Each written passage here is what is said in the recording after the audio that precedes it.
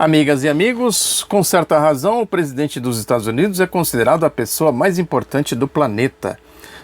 Não surpreende, portanto, o interesse que as eleições presidenciais americanas deste 8 de novembro de 2016 tenha despertado o interesse de todo o planeta, de todo o mundo. O que chama mais atenção é o fato de Donald Trump ter conquistado tanto espaço no jogo político norte-americano. Isso não diz respeito somente aos Estados Unidos. As eleições americanas assumiram tal dimensão que todo o planeta deveria ter votado, deveria votar nessas eleições, já que sofrerá as consequências das decisões que se tomam ali, ao centro do império. Claro que se trata de um exercício de retórica, porque o poder real está em outro lugar, está nos subterrâneos da Casa Branca. O presidente não tem condições de interpretar as aspirações individuais das pessoas, ou pelo menos da imensa maioria da sociedade norte-americana, porque ele está submetido aos senhores da guerra, que pela natureza do regime são os verdadeiros, a verdadeira fonte de poder. A ordem militar norte-americana, até a década de 50, uma instituição débil, transformou-se no escalão mais importante e mais caro do governo e mais influente da sociedade norte-americana.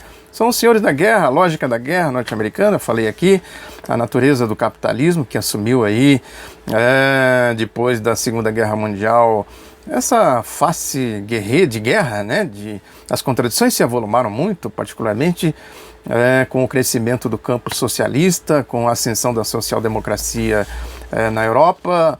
Tudo isso foram acumulando contradições, chegou-se à crise dos anos 70, que começou nos anos 70, que foi se aprofundando e dando soluços, picos, e nós estamos exatamente vivendo um pico desta crise estrutural do sistema, a crise profunda, aí depois do fim do bloco socialista, do bloco soviético, O socialismo ainda existe em vários países, particularmente demonstrando prosperidade rápida na China, mas o que dava sustentação à Guerra Fria, que foi toda a arquitetura montada no pós-Segunda Guerra Mundial, isso acabou se desmoronando, com o fim do bloco soviético e com a ascensão aí desta face mais guerreira da política externa norte-americana.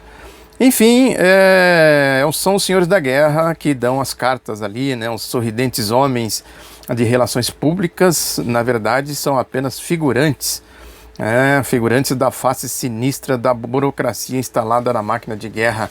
Os falcões, os poderosos falcões, muitos deles, a maioria, segundo dizem, ligada aí a essas facções mais extremadas do Partido Republicano. Todos os fenômenos políticos e econômicos, desde o fim da Segunda Guerra Mundial para cá, ali nos Estados Unidos, passaram a ser julgados à luz das interpretações militares. A OTAN, a Europa, o Japão, a Coreia do Sul, são todos países aí que funcionam como extensões do regime norte-americano. Portanto, o realismo militar do poderoso Estado-Maior Conjunto dos Estados Unidos é que, no final das contas, acaba dando as cartas e transformou-se no guia mais inspirado do governo dos Estados Unidos. Existem dois governos dos Estados Unidos, na verdade. O primeiro é o governo sobre o qual o mundo se informa nos jornais, revistas, na internet, nas televisões, nas redes de televisões, e as crianças nos livros escolares. O segundo é invisível e conduz à espionagem e à rede de informações, um aparato maciço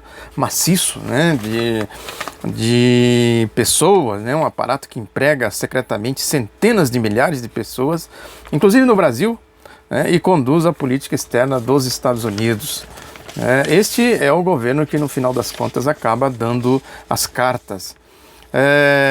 Claro que isso tem influência em todo o planeta, Claro que há diferenças também entre os republicanos e os democratas, mas são quase que imperceptíveis. Nesta campanha, por exemplo, o Trump se utilizou como arma e plataforma o medo e apelou a desesperanças que muitos americanos dizem sentir, jogando tudo isso nas costas da Hillary Clinton e dos democratas.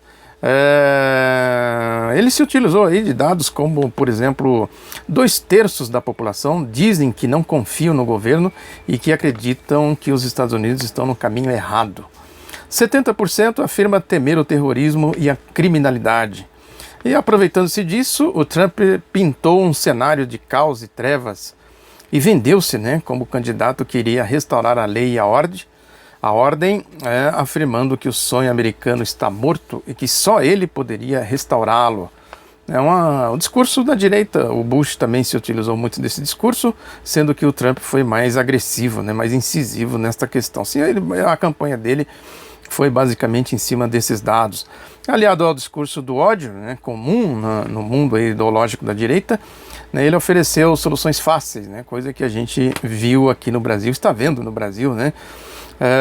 No caso dele lá, as soluções que ele apresentou são coisas como a expulsão dos indesejáveis que atulham o mercado de trabalho, os imigrantes, né, a colocação de chinocas, como ele diz, né, os chineses, e os comunistas, né, para ele tudo que é progressista, algo que a gente vê aqui no Brasil também, o discurso aí dessa direita carcomida, reacionária, né, os comunistas e os chinocas serão colocados no seu devido lugar, e os terroristas islâmicos, que ele também generaliza, serão pulverizados, né, nas palavras dele. Na verdade, Trump é a face mais visível de um fenômeno mundial, né? A ascensão da direita mais perversa, mais pervertida, mais extremada ocorre também na Europa, né? Lá, partidos de extrema direita ganharam espaços em países como a Áustria, a Polônia, a Suécia, e também nos países ocidentais, que historicamente vivem, né, de uma alternância de poder entre dois partidos. Uma série de movimentos de direita, né, da extrema direita, tornou-se a terceira força política e vem crescendo, né? É o caso, por exemplo, da Alternativa na Alemanha, da Frente Nacional na França e do Movimento 5 Estrela na Itália. Lá, como aqui no Brasil, o discurso é de que as pessoas estão cansadas da política tradicional, né? É fácil vender esse discurso, como se o problema estivesse na política. Eu falei aqui já daquela formulação genial do Lenin, que a política é a expressão concentrada da economia. O que existe, na verdade, é que é uma crise latente, profunda, né? Então eles dizem que a mídia, né, trata de dizer que a raiva que essas pessoas sentem da sua situação, do sentimento de injustiça, é o motor do voto de milhões de pessoas. Dizem que os americanos ou os brasileiros interpretam isso como se fosse algo abstrato que surgiu do nada, né, sem nenhuma correspondência com os fatos, né, com a realidade das coisas.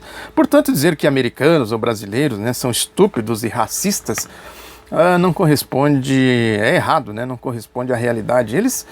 Aqui no Brasil, por exemplo, a gente tem essa questão aí dos nordestinos, que é uma coisa grave, né, que são os racistas aí que tentam inocular esse veneno na população para dizer que eles são brancos, são bem criados, que o Brasil é deles, a sociedade é deles, eles que sabem das coisas, né? Esse Alexandre Garcia, por exemplo, andou aí advogando a tese da aptidão do voto, quer dizer, só pode votar quem tem aptidão, ou seja, isso é uma demonstração de racismo, né, de intolerância social, de discriminação social.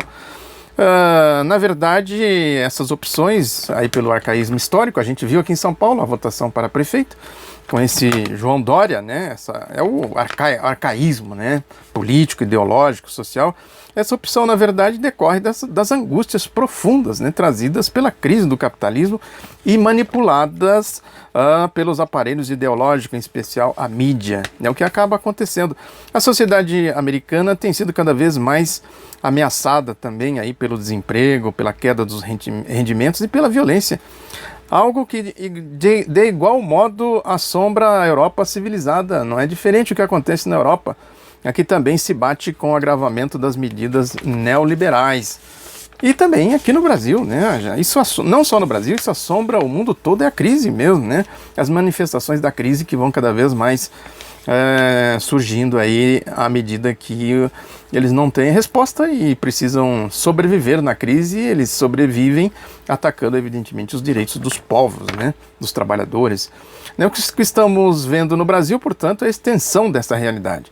A alternativa, que seria os BRICS, o Brasil estava bem engatado nesta alternativa, essa união de países, né, Brasil, Rússia, Índia, China e África do Sul, né, que representava cada vez mais uma ameaça ao mundo da direita, um mundo aí dessa direita, né, que procura sobreviver na crise, utilizando seus métodos, o seu projeto neoliberal.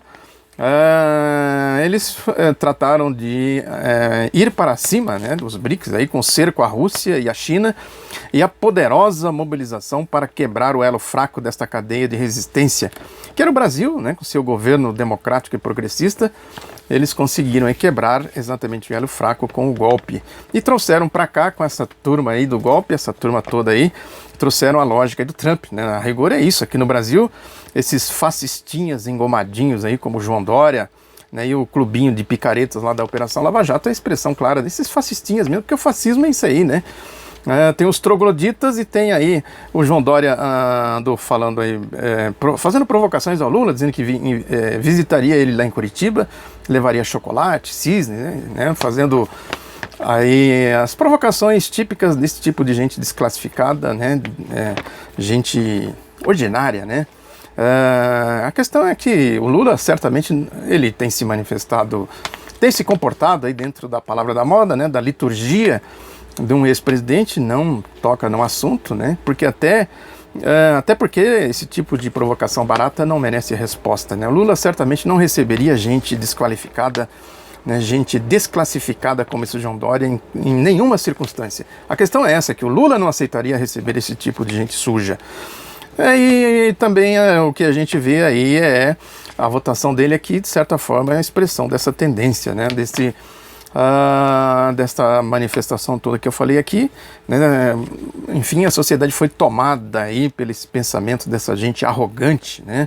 Que a ordem é ser arrogante, frequentar alguma igreja para manter as aparências, para dizer que são gente do bem, né? É exatamente o perfil do fascista: frequentar uma igreja, ser arrogante e reproduzir os trogloditas da mídia, aí, como esse Marco Antônio Villa, Alexandre Garcia, essa tal de Joyce Hasselman e Alexandre Frota, gente desse tipo aí, né? Essas baixarias, esses trogloditas treslocados que eu sempre falo aqui. Enfim, é isso aí.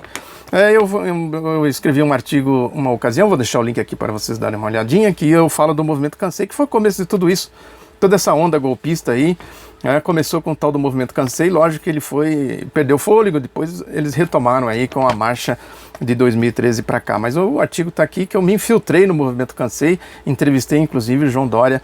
Eu mostro aqui para vocês o que pensa esse tipo de gente, né? Gente desclassificada mesmo. Bom, a questão toda é que o resumo de tudo isso, das eleições americanas, dessa tendência mundial, né, está numa carta aberta de 19 premiados do Nobel de Economia, né, que mesmo com críticas duras a Hillary Clinton, né, apoiaram ela, disseram que é melhor ela do que o Trump, né, eles falam aqui, acho que o trecho que melhor expressa esse sentimento todo está nesse trecho aqui, que ele diz aqui, fala sobre Trump, né?